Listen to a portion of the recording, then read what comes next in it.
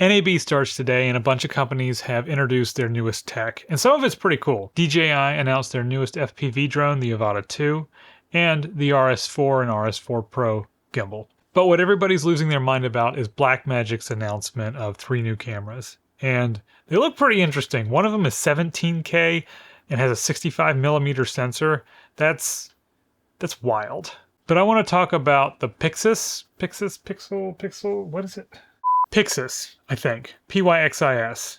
And it's only $3,000. And it's pretty cool. It seems like it's the successor to the Pocket 6K, and they've stepped away from the smaller Pocket design.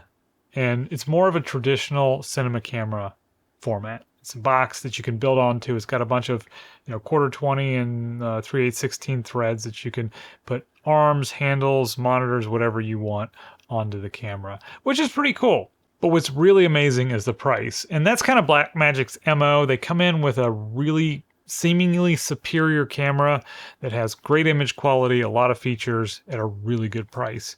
And so I guess it's not so surprising that the PYXIS is offering so much for $3,000. That's amazing. I guess what I'm saying is a lot of people are going to drop everything and go run and buy the newest piece of tech, whatever that is, the PYXIS, something from DJI or another company. And it's not necessarily the answer to your filmmaking problems. Or it's not necessarily going to make you a better filmmaker. It's a tool that could, but at the end of the day, it's the user. It's how are you using that gear to tell your stories better. There's no perfect camera system, and there never will be. And the craft of filmmaking is always advancing.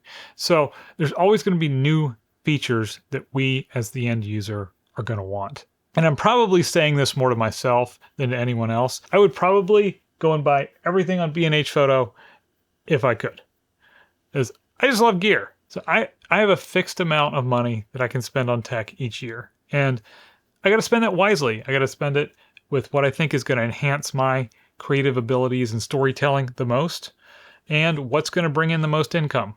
And I've found that waiting on purchases helps you make that decision a lot better and a lot more wisely. So that's it. I know that I have a weakness for gear, so if I just bought all the gear I wanted, I wouldn't have any money.